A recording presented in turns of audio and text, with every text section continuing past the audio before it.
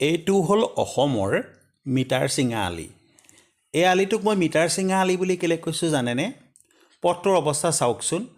এইটো হ'ল যোৰহাটৰ সোণাৰী গাঁৱৰ পৰা টিয়ক টাউনৰ মাজভাগলৈকে মাজে মাজে এনেকৈ লুৰ খন্দাৰ দৰে মেচিনেৰে সৈতে খান্দি থোৱা এটা ৰাষ্ট্ৰীয় ঘাইপথ। এই ৰাষ্ট্ৰীয় ঘাইপথটোৰ মাজেৰে যেতিয়া আপুনি মটৰ চাইকেল লৈ আহিব, তেতিয়া মটৰ চাইকেলখন ভাইব্ৰেশ্যন হৈ আগচকাটো কঁপিবলৈ ধৰে। যিকোনো সময়তে দুৰ্ঘটনা হোৱাৰ সম্ভাৱনা থাকে। তাৰ পিছৰ কথাটো হ'ল যে মটৰ চাইকেলখনৰ যিটো সাধাৰণ কণ্ডিশ্যন, সেই কণ্ডিশ্যনটো যথেষ্ট পৰিমাণে বেয়া হয়।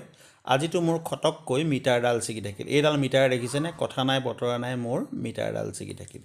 গতিকে ৰাস্তাটোৰ মই হঠাতে নিজেই নামকৰণ কৰিলোঁ মিটাৰ ছিগা আলি। আচলতে কিছুমান কথা কিছুমান বিভাগে ভালকৈ চকু নৰখাৰ ফলতে এনেকুৱা হয়। আমাৰ হাইৱেবিলাক আছে ৰাষ্ট্ৰীয় যিটো হাইৱেৰ অথৰিটি, সেই অথৰিটিৰ অধীনত, অৰ্থাৎ NHPCয়ে যিমান দূৰ সম্ভৱ এই হাইৱেবিলাকৰ দায়িত্ব পায়। তেওঁলোকৰ হেমাহিৰ বাবে হাইৱেবোৰৰ অৱস্থা এনেকুৱা হৈছেগৈ। কাক ক'ম, কোনে শুনিব, কোনে কি কৰিব বা কোনে আমাক কি উপায় দিব?